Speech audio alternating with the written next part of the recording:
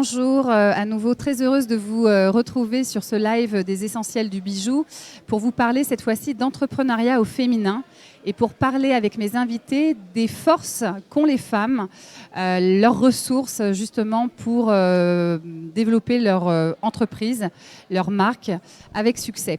Donc j'ai sur ce plateau avec moi 2 générations de femmes qui porteront un regard croisé sur l'entrepreneuriat au féminin. D'une part, Vania Laporte, qui se présentera dans un instant, et Marie Poublan, qui se présentera aussi à son tour. Donc Vania, je te laisse te présenter et présenter ton parcours à Bordeaux. Bonjour. Alors moi je suis une chef d'entreprise qui a créé des salons de coiffure sur Bordeaux. On a fait 6 créations de salons avec justement des vraies créations. C'était des locaux qui n'existaient pas et on a créé notre marque dans plusieurs endroits sur Bordeaux. Aujourd'hui nous en avons 3 et on a toujours le vaisseau amiral qui est 23 rue Vital-Carle. La base, le socle. Et le socle, voilà. Et donc, ça a toujours été un plaisir de travailler avec des équipes jeunes, sur une clientèle qui nous fait confiance et avec des projets toujours pour avancer professionnellement et notamment au niveau des défilés, au niveau des créations de collections, au niveau de la formation, voilà. Et puis du management tout simplement parce que qui dit entreprise dit aussi fonctionnalité et rentabilité. Très bien, merci Vania. Et donc Marie Poublan. Merci, donc merci déjà de m'accueillir ici, je suis ravie et très honorée. Donc moi je m'appelle Marie, j'ai créé la marque Marie Dou il y a maintenant 10 ans, donc création de bijoux. Et je n'ai pas du tout le même parcours que Vania parce que ça fait 10 ans et que c'est ma seule toute petite entreprise et que mon vaisseau amiral, c'est mon atelier dans ma maison. Mais c'est déjà très bien et ça me suffit pour l'instant amplement à gérer. Et écoute, voilà, pas beaucoup plus. Tu as une très très belle communauté sur Instagram, oui, ça, effectivement, parce que je pense que je suis arrivée aussi au très très bon moment sur le réseau Instagram. Effectivement. Donc je pense que ça aide aussi pas mal. Voilà, effectivement. Ce qui est pour moi aujourd'hui difficile, pour avoir des followers. Et ça, c'est très compliqué. Voilà, non mais c'est ça. Donc quand je voulais croiser les 2 regards, les deux expériences, effectivement, d'un côté, il y a Vania qui a monté son premier salon. À quel âge en quelle année? Alors, c'est ton premier salon? C'était en 89, j'avais 31 ans. D'accord. 30 ans. Et voilà, donc ça fait maintenant beaucoup d'années qu'on existe. Oui, mais ça veut dire que tu as su durer et perdurer. Et perdurer. Et ça, c'est quand même pas donné à tout le monde. Donc, on salue. Oui. Et tu nous parleras d'ailleurs de la transmission et des générations à venir. Ça, c'est hyper important et c'est quelque chose qu'on peut vraiment saluer. Et toi, Marie, effectivement, tu es arrivée avec l'émergence des réseaux sociaux, mais que tu as su vraiment t'approprier. Et c'est un vrai sujet. Est-ce que tu t'es fait accompagner professionnellement ou est-ce que ça a été très intuitif pour toi dès le départ? Alors pour le coup, moi ça a été assez intuitif parce qu'en fait j'ai fait quand même, au-delà d'avoir fait ma société relativement jeune, j'ai quand même un bagage scolaire avant parce que quand j'ai annoncé à mes parents que j'avais décidé de monter ma boîte de création de bijoux, ils étaient contents mais en même temps se disaient non Marie, tu vas quand même faire des études et tu vas aller jusqu'au bout, c'est ça. Au cas où que ta nouvelle idée ne marche pas forcément.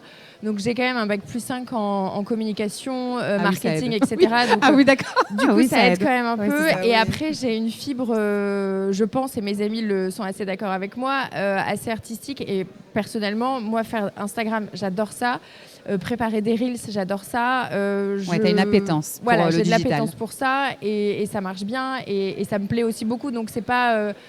je pense que c'est aussi une partie du métier qui, moi, me passionne vraiment. Donc, c'est facile, bagages, quoi. Et du coup, quand tu t'es lancée finalement, alors d'un côté, effectivement, on a une jeune femme entrepreneur qui est entrepreneur dans la création de bijoux depuis le départ. Vania, toi, tu t'es lancée dans le bijou, dans la création de bijoux, plus sur le tard, on va dire, même si c'était un hobby quand même à côté. Parce que j'ai déjà fait des bijoux lorsque j'avais... 25 D'accord, ans. Et puis là, j'ai eu des enfants, j'ai créé mes entreprises, j'avais plus le temps. Et puis, il y a 2 ans, période du Covid, il y a 2 ans, c'est vrai. Comme j'aime le bijou depuis toujours et que j'en ai toujours porté, j'ai dit, je vais faire du recyclage et je vais transformer mes bijoux pour faire des créations. Et à un moment donné, on est bloqué. Et du coup, j'ai un ami qui faisait des bijoux d'abat-jour qui m'a passé toute sa collection, que j'ai remonté. Et je me suis dit, mais pourquoi ne pas foncer et aller directement vers des créations de bijoux avec des achats d'après pour pouvoir faire mes collections. C'est comme ça que je me suis remise depuis 2 ans et demi maintenant sur les bijoux, dans mon atelier, avec ma musique, mon petit environnement. Et ma vente que je fais, pas sur Internet malheureusement parce que j'ai pas toutes les ficelles, mais je vends beaucoup dans mon salon de coiffure sur mes clientes et je vends aussi, je suis en dépôt dans des belles boutiques de Bordeaux. Voilà. Et puis maintenant peut-être ma ville, mon shopping qui peut effectivement me développer, mais je crois que la meilleure façon de vendre, c'est chez moi. Oui. Dans mon lieu. D'accord. Et du coup, et en fait, tu as toujours fréquenté quand même le monde de la mode, du luxe. Tu as été ambassadrice chez L'Oréal, je crois. Alors, moi, j'ai été ambassadrice de la marque L'Oréal pendant 20 ans. Ça ne veut pas dire avoir la marque L'Oréal, mais ça veut dire on était 16 sur la France. Ça veut dire former des coiffeurs dans le monde entier, faire des défilés, faire la Fashion Week, faire des accessoires pour des shows, former des coiffeurs. Ouais. Donc, l'idée de la mode et de la scène, je l'ai. J'ai fait des accessoires cheveux, des couronnes de cheveux pour des finales, mariages non, pour des finales de défilés. Donc l'assemblage, je sais faire, le montage, je sais faire, l'équilibre des volumes, je sais aussi. Mais voilà, on dit qu'on va un peu changer d'orientation parce que la coiffure, il va falloir un peu que je lève le pied. Mais cette orientation de bijoux et de création me fascine, me passionne et m'apaise beaucoup. Voilà. Alors, le mot apaisement, je rebondis là-dessus parce que c'est vrai qu'en discutant avec beaucoup de créatrices, et c'est vraiment transgénérationnel, en fait, on s'aperçoit que l'apaisement, l'équilibre, la sérénité qu'on trouve quand on crée, c'est énorme. C'est-à-dire que c'est vraiment un des gros, au-delà de l'intérêt financier, économique, tout ce qu'on veut, il y a cette recherche. Est-ce que pour toi, Marie, ça a été aussi quelque chose, une révélation ? Moi, j'ai pas de psy, en fait. Je fais des bijoux, quoi. Mais c'est très sympa. Je n'ai pas de psy, je crée des bijoux. Ouais, non, mais alors, très sincèrement, là, c'est rigolo parce qu'il n'y a pas très longtemps, justement, je tournais un Reels de mes mains en train de travailler et je disais que mon business, c'était ma thérapie. C'est exactement ça. Et franchement, je pense que c'est ça parce que y a eu des périodes un peu plus compliquées que d'autres dans ma vie et j'avais une amie, je me souviens, qui m'avait dit « Tu verras, cette année-là, tu vas faire ta plus belle collection ». Et en effet, l'année la plus noire, j'ai fait ma plus belle collection parce que je pense que je suis allée au bout de mes recherches, de mon envie. De ta sensibilité aussi, des profondeurs de ton âme. Etc., que la période où je ne l'étais pas du tout. Je pense que vraiment, c'est une vraie thérapie. Moi, me concernant, c'est vraiment ma thérapie, quoi. Après, il y a s'occuper de mes enfants aussi qui est une vraie thérapie, mais c'est autre chose. Mais moi, faire des bijoux, c'est pareil. Il y a des jours où je vais être très joyeuse, des jours où je vais être moins joyeuse. Typiquement, ces jours-là, je ne vais pas forcément avoir envie de fabriquer parce que j'aurai le sentiment de mettre du coup ma mauvaise humeur dans ce bijou qui après va chez des clientes. Donc j'essaie de transmettre quelque chose qui n'est pas forcément négatif. Donc oui, c'est une thérapie complètement. Moi, je suis un peu comme Marie. La différence, c'est que moi, je suis moins jeune que toi, Marie. Non, aujourd'hui, il faut que je pense à mon après. Ma thérapie, c'était d'être en salon de coiffure, d'être avec mes clientes et de travailler autant que je peux le faire. Mais là, aujourd'hui, je me dis peut-être qu'après, qu'est-ce que ça va être ? Les bijoux, ça me réjouit, ça me réconforte. Oui, et ça te motive. Et effectivement, Vania, moi, ce que j'aime chez toi, c'est, comme tu le disais tout à l'heure, Marie, en off, c'est que tu es toujours pleine de projets et tu es toujours partante, en fait. Donc, tu es très intuitif, partante, de nouveaux projets, c'est ça qui te booste. Mais quelque part, tu boostes les autres aussi. Mais surtout, tu sais,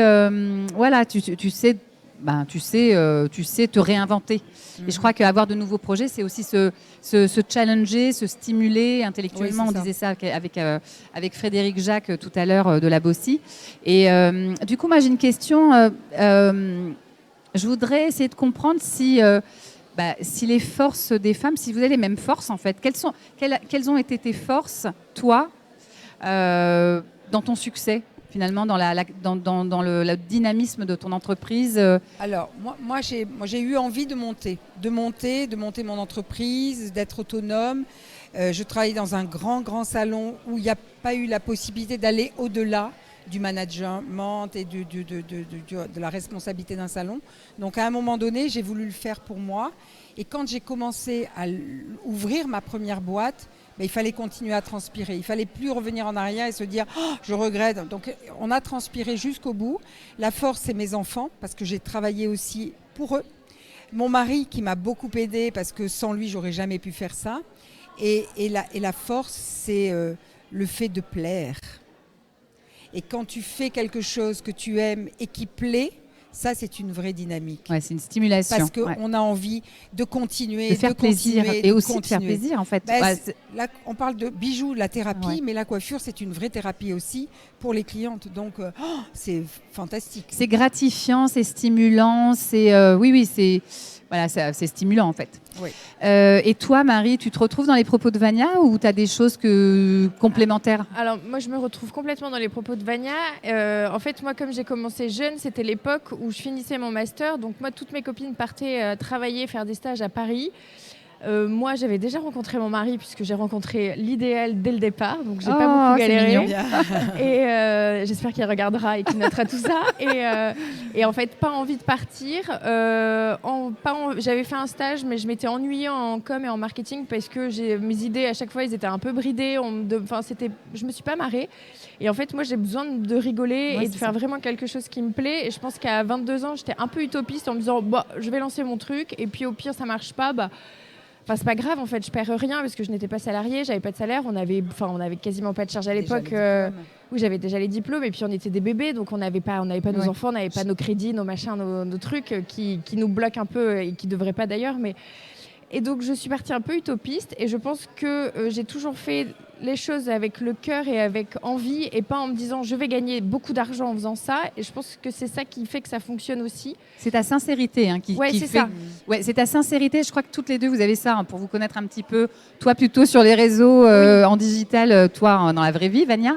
C'est la sincérité, la générosité. Et effectivement, c'est ça qui fait aussi le sel de cette énergie, quoi. Et puis je ne propose que des choses que moi je porte parce que je les aime. Donc je pense que ça se ressent. Je fais pas des bijoux juste pour gagner de l'argent. Il faut quand même que je mange et que je paye mon crédit. Mais voilà, la dynamique de base, c'est pas ça. Donc je pense que vraiment c'est ça un peu mon business model qui fonctionne bien, c'est que je le fais vraiment avec le cœur et je pense que c'est pour ça que ça fonctionne aussi. Et du coup, pour conclure, quels seraient vos conseils respectifs à une jeune créatrice, ou moins jeune d'ailleurs, qui se lance et qui aurait envie de se lancer, de vivre de son métier de passion ? D'y aller tout de suite. Moi, je dirais, vis ton moment présent et projette-toi dans l'avenir avec positivité. C'est facile, c'est des mots. L'optimisme. Et toujours, parce qu'il en sort toujours quelque chose de par de la relation et de par la créativité. Donc, faut pas regarder le côté noir, même si en ce moment c'est pas toujours top, mais c'est pas grave. Mais plutôt regarder l'avenir avec objectivité, mais positivité aussi, et surtout positivité. Super, merci Vania. Et Marie, un dernier mot pour la fin ? Surtout, allez-y, c'est génial. C'est un métier, passion. Donc, dès que c'est notre passion, notre métier, il n'y a rien de mieux. Ouais. On a envie d'aller bosser tous les jours. On est contente, quoi. Merci à toutes les deux. Merci Marie, merci Vania. Merci Yael. À très bientôt pour un nouveau live et une nouvelle table ronde. Très bientôt. Et moi, je voulais dire quelque chose. Merci Yael de nous réunir. C'est gentil. Parce que c'est vraiment un magnifique projet qui nous permet d'avoir de belles rencontres. C'est gentil à toi. Merci pour le témoignage. Merci. Je rends l'antenne.